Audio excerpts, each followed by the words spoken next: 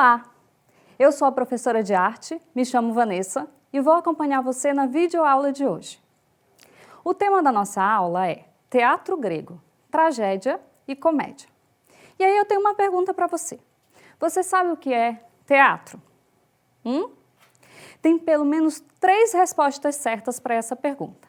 Teatro pode ser o lugar onde acontece uma encenação. Teatro também pode ser o texto dramatúrgico. E teatro também pode ser o momento da encenação, quando ocorre o encontro entre o ator e o espectador.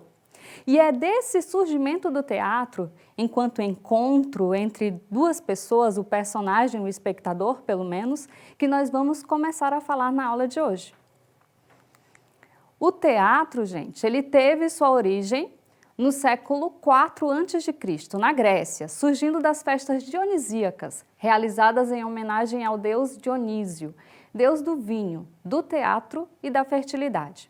Estas festas, que eram rituais sagrados, procissões e rituais que duravam dias seguidos, aconteciam uma vez por ano na primavera, período em que se fazia a colheita do vinho naquela região. Então, o que é que nós sabemos? Que primeiro os homens se reuniam para festejar, para celebrar. Pelo menos uma vez no ano, eles faziam essa festa, como uma forma de ritual, para fazer com que os deuses se agradassem do que eles estavam festejando naquele momento. Para que no próximo ano a colheita também fosse vindoura, que ela pudesse trazer bons frutos para a comunidade. Então, eles faziam essas festas, em forma de homenagear, de agradar os deuses. É claro que houve um momento que vai surgir um novo personagem nessa festa. E aí, segundo alguns historiadores, o teatro grego, e eu vou convidar você para ler mais um slide comigo, ele diz o seguinte: o teatro grego que hoje conhecemos surgiu, segundo historiadores, de um acontecimento inusitado, quando um participante desse ritual sagrado resolveu vestir uma máscara humana, ornada com cachos de uva.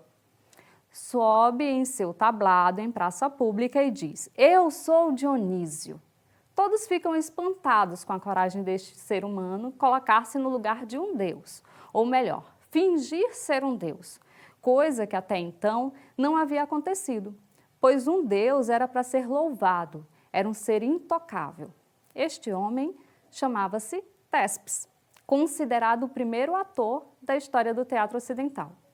Ele arriscou transformar o sagrado em profano, a verdade em faz de conta. O ritual em teatro, pela primeira vez diante de outros, mostrou que poderíamos representar o outro. Este acontecimento é o marco inicial da ação dramática. Esse texto vocês podem encontrar no site InfoEscola, bem facinho, só digitar lá que vocês vão ter acesso ao texto completo. E o que é interessante a gente perceber? Que se até aquele momento as festas dionisíacas, onde as pessoas se encontravam para beber e festejar, não havia ainda ninguém se destacado, Téspis foi o primeiro que subiu no tablado e disse que era possível representar o outro. Olha que coisa fantástica. O teatro é o quê, então? É o lugar onde a gente se vê, onde a gente vê os problemas da sociedade, onde a gente pode ver o outro. E Téspis nos mostrou, naquele momento, que era possível, sim, haver a possibilidade de representar, de atuar, de se transformar em outra pessoa, de colocar no nosso corpo o movimento e mostrar para as outras pessoas que assistiam que aquele encontro era importante. E que talvez ali a gente pudesse perceber o mundo de uma forma diferente, que era um personagem em cena, não era Deus. Era alguém representando Deus, mas essa representação era importante para que as pessoas percebessem o caráter humano de Deus. Olha que coisa incrível! O que é que nós mais temos sentindo falta nesse momento de isolamento social? Provavelmente do encontro, do contato, de estar junto. E o teatro, enquanto arte da representação, ele só acontece nesse momento, quando nós encontramos com o outro, quando nós estamos diante do espectador, por exemplo. Vejam só, a gente agora está tendo uma videoaula. O que é que nós sentimos falta? Da escola como um todo, do contato com as outras pessoas, de estar junto. E quando a gente está na escola, nós estamos representando um papel. Naquele momento você é o aluno, encontrando o seu professor, a tia da cantina que você adora, Os seus colegas, ali nós estamos representando um papel, um personagem, que é diferente, muito provavelmente, do personagem que você representa quando está diante dos seus pais. Porque lá, naquele momento, com teu pai, o teu papel é outro. Tu é filho, não mais aluno. E a gente vai assumindo papéis em diferentes locais da nossa sociedade. No trabalho eu me comporto de uma forma, na escola, na minha família, na igreja. Eu só estou trazendo esse exemplo para você perceber que nós estamos o tempo todo atuando de uma forma ou de outra, com personagens diferenciados. E o que foi que então os gregos perceberam? Que era possível a gente transformar isso numa linguagem artística, que era possível a gente levar para outras pessoas a nossa visão de mundo, inquietá-las de alguma forma, fazendo com que elas se vissem no espetáculo teatral, no palco, no teatro. E aí, eu quero convidar você agora para a gente conhecer como era esse palco no teatro grego. É claro que no início era uma grande festa mesmo, como se fosse num espaço onde os gregos se reuniam para fazer uma festa, como a gente faz às vezes no fundo do quintal.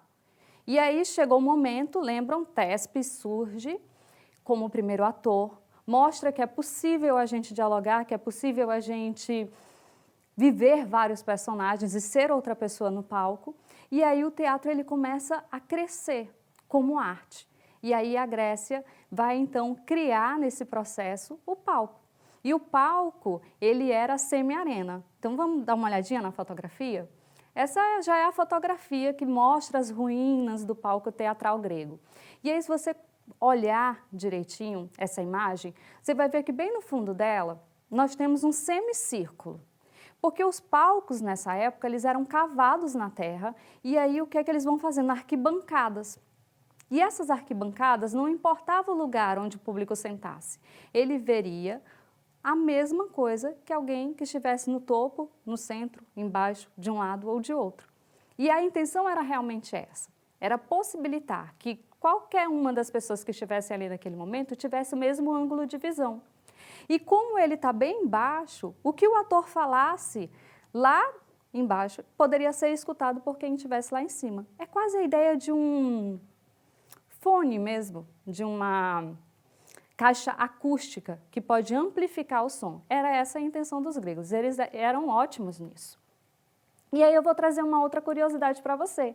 E eu quero que você acompanhe essa fotografia, e eu vou já te explicar por quê. Nós estamos diante agora, nesse outro slide, das máscaras gregas que eram utilizadas no momento da representação teatral. Vocês conseguem identificar algumas? Se a gente pensar pelo menos o humor, elas se diferenciam? Algumas estão bravas, outras assustadas, outras ainda felizes. A gente consegue identificar isso? É possível, né? Essas máscaras, elas são bem famosas, a gente conseguiria estudar cada uma delas. Mas o importante é que você perceba, e eu vou trazer essa informação para você, é que na Grécia, a mulher, ela não era considerada uma cidadã. Portanto, ela não atuava. Ela não fazia parte do espetáculo teatral. E o papel dela era representado por homens. Então, o que era que os homens utilizavam para representar as mulheres? Máscaras. Então, toda personagem feminina que aparece no teatro, ela era representada por um homem, certo? E nesse processo de representação do homem, desculpa, gente, esse processo de representar a mulher, eles utilizavam as máscaras. E isso era que ia identificar o caráter de ser do gênero, ser feminino ou masculino, apenas a máscara, tá? E aí, nesse processo do teatro, que vai ganhando forma, que vai ganhando destaque, junto com Téspis como ator, o palco teatral, vão surgir dramaturgos famosíssimos no mundo inteiro até hoje. Algumas de suas peças chegam até nós, justamente o quê? A tragédia e a comédia, que eram os dois gêneros teatrais gregos, que até hoje a gente consegue ver, representar, algumas companhias de teatro acabam representando esses espetáculos. E eu trouxe dois exemplos para você. A gente não vai ter tempo de discutir o que é a tragédia, o que é a comédia, quais são as características principais, não. A ideia aqui é estimular você, para que você tenha curiosidade, para que busque esse conhecimento. Se for de teu interesse, pesquisa um pouco mais sobre a tragédia, sobre a catarse. Eu acho que é interessante você aprofundar o seu conhecimento nesse momento, né? O que é que você ganha com isso? Conhecimento. E aí, eu destaquei 2 exemplos, tá? Vou te convidar para ver o slide, só para você anotar o nome, né, se você quiser pesquisar um pouco mais. Mas era um exemplo de tragédia, Édipo Rei, que foi escrita por Sófocles. Sófocles viveu entre 496 e 406 a.C. E o exemplo de comédia é A Greve do Sexo, de Aristófanes, que viveu entre 447 e 385 a.C. Por que eu destaquei essas 2 peças? Primeiro, porque a tragédia, ela tinha um lugar especial na sociedade de Atenas. Ela era tida como digna dos deuses, para exaltar os deuses, para, nesse processo de representação da tragédia, mostrar para os homens que os deuses mereciam obediência, que nós deveríamos obedecê-los, para que a ordem na sociedade pudesse ser mantida. Os gregos eram muito inteligentes. Lembrem-se que os nossos principais filósofos, que a gente estuda ainda hoje, vêm da Grécia. E eles sabiam, gente, que uma ideia, ela pode ser fatal. E que se a gente traz essa ideia e coloca na cabeça das pessoas, a gente pode controlar a sociedade. E o que era que eles queriam, naquela época? Controlar a polis. Porque, lembram de Platão? Platão buscava a cidade ideal. E ele tinha receitas para isso. E a receita dele estava na ideia. A tragédia trazia essas ideias. E Édipo, só para estimular a curiosidade de vocês, por que ela se torna uma tragédia famosa? Édipo, havia uma profecia que dizia que Édipo mataria o próprio pai, casaria com a própria mãe e teria filhos com ela. Quem disse isso? O oráculo. Porque nem todas as pessoas eram dignas de falar com Deus, apenas os profetas. Nesse processo, o Édipo, a gente vai se tornar trágico porque a profecia se cumpre, Édipo se casa com a própria mãe, depois de ter assassinado o pai, e como ele se sente muito mal com isso, ele fura os próprios olhos. Quer saber um pouco mais dessa história? Google, pesquisa lá. Você vai conseguir ver trechos completos dessa história. E a Greve dos Sexos, também muito famosa, se torna engraçada por quê? Porque Lisístrata, a primeira personagem feminista da história do teatro, sugere para suas companheiras de sociedade que elas façam uma greve. Greve de quê? De sexo. Por quê? Porque ao fazerem isso, os seus homens, seus companheiros, eles não iriam mais para a guerra. De alguma forma elas venceriam. Tem curiosidade? Pesquisa. Vai lá, sabe lá se a Lisístrata convenceu as suas colegas a cumprirem o desafio. E aí, gente, eu tenho que terminar a aula, né? Eu só disse para vocês que a gente vai trabalhar muito nessa ideia de estimular a curiosidade de vocês, mas eu trago uma atividade criativa, como sempre, que é escolher ou criar um texto, que pode ser um texto jornalístico, a letra de uma música, uma poesia, e com esse texto em mãos, você deve gravar um vídeo representando em forma de um monólogo. Sabe o que é um monólogo? É quando você, sozinho, representa a cena. E aí você vai atribuir à sua atuação o gênero teatral da comédia ou da tragédia. O resultado deve ser encaminhado para o seu professor, se possível, né? Ou compartilhado nas redes sociais. Mas o interessante mesmo é que após realizar essa experiência, você escreva as suas impressões no caderno sobre a atividade realizada, destacando as suas principais dificuldades e superações durante a realização do exercício. O que foi mais fácil? Falar da comédia, falar da tragédia? Qual foi mais fácil de você ensinar? Qual foi mais difícil? E aí, por fim, eu trago um desafio para você. Pesquisar e registrar no caderno quais são os profissionais envolvidos durante o processo de criação teatral. Destaque o papel de cada um deles, ok? Bom, gente, e assim nós vamos finalizar nossa aula. Eu espero que vocês lembrem o que nós aprendemos hoje, que o teatro ele surge na Grécia, que o teatro pode ser o palco teatral, a arte do encontro ou o texto dramático e que ele sofreu algumas alterações no decorrer dos anos, tá?